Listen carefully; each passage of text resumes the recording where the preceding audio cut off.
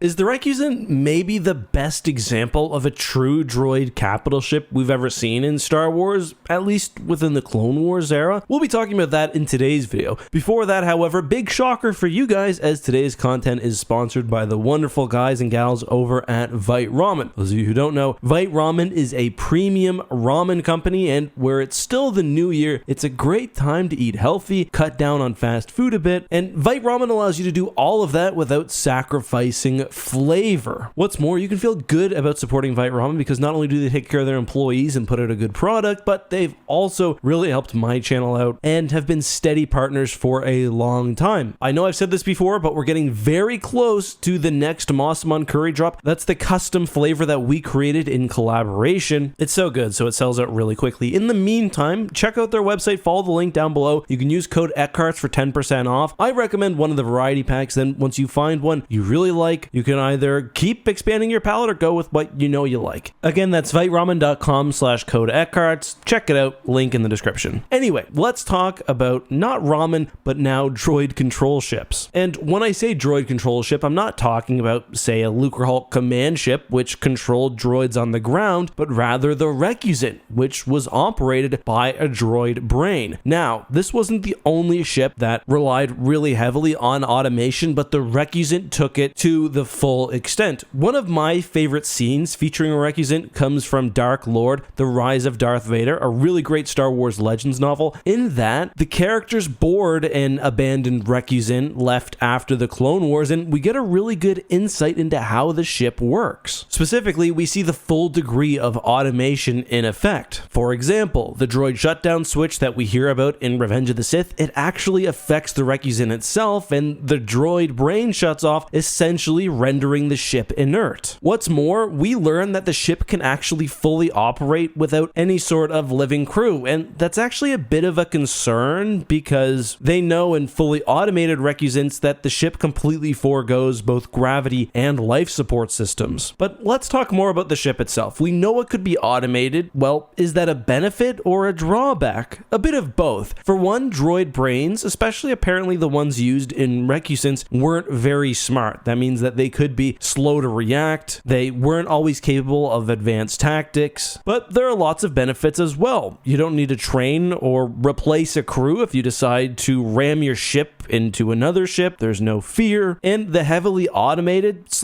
not created for organics nature of the Recusant allowed it to be both cheaply made and to have lots of internal storage space. For example, the Recusant I just referred to in the Dark Lord Rise of Darth Vader was said to have several squadrons of vulture droids and thousands of battle droids ready for deployment. The standard Recusant was 1,187 meters long and was armed with an interesting array of weapons. Probably my favorite is the nose-based heavy turbo laser. Additionally, according to the Revenge of the Sith cross-section, the ship also sported 4 heavy turbo laser cannons, 6 heavy turbo laser turrets, 5 turbo laser cannons, 30 dual laser cannons, and 12 dual light laser cannons, and finally for point defense, an additional 60 point defense laser cannons. So this long spindly ship was really covered with weapons, and based on how the firepower was distributed, can definitely see this working well in the midst of a larger fleet, using its nose cannon, its prow heavy turbo laser cannon, to pick at faraway capital ships while also providing anti-fighter support with its laser cannons and point defense cannons. Sticking with the cross-section, we see that, although, as I said, it could be operated completely autonomously, the Recusant did have room for a crew of up to 300 and could store 40,000 battle droids. The Essential Guide to Warfare gives some nice detail about the history of the Recusant and how it was employed in battle. For one, and I think you can see the design lineage here, the Recusant was based on a Mon Calamari design. It actually reminds me a little bit of the MC-85 that we see in The Last Jedi. Anyway, it was stolen by the Mon Calamari's planetary rivals, the Quarren, sold to the Commerce Guild, who produced it at a very cheap rate. The thing is mostly just the ship's superstructure, without a whole lot else. While that does mean the Recusant, or what's sometimes referred to as the Commerce Guild destroyer, wasn't taking a lot of heat and surviving, it still had its uses. The guide mentions that it was first used to disrupt Republic shipping, but were actually found pretty effective and sent to the front lines, where their proud turbo lasers gave them a long-range advantage, with droid starfighters and their point defense cannons providing up-close close protection. Tens of thousands of these ships were produced according to the guide, and pretty much every source that talks about the Recusant mentions how they usually operated in small groups. That way, their forward-facing cannons could overwhelm even more powerful enemies like Star Destroyers, with again that primary weakness being the vulnerability, especially when combined with the droid brain. In a way, it's pretty similar to a CIS battle droid. You can pump them out in numbers, they can certainly be effective in numbers even against more powerful foes, but that cheapness comes with real limitations. One thing to note is that it does seem like overriding the droid brain was possible, and in some cases we even see leaders take Recusants as their flagship. Interestingly, in the Clone Wars, General Grievous has a Recusant which is much larger than the stock model we usually see, and as with other CIS vessels, that's essentially been classified as a larger variant, specifically at 2.5 kilometers. Speaking of variants, and I'm going to be a bad sort of lore teacher here, I do remember seeing a cargo-looking version of the Recusant, but I just can't remember where. I think maybe it was one of the Galactic Star Cruiser ships, but if you know, let me know down in the comments. That's all I got for you today, though. Hope you enjoyed this video. A bit of a break there between uploads. I'll try not to let that happen again, but until next time, be safe, have a good one, and I'll see you soon.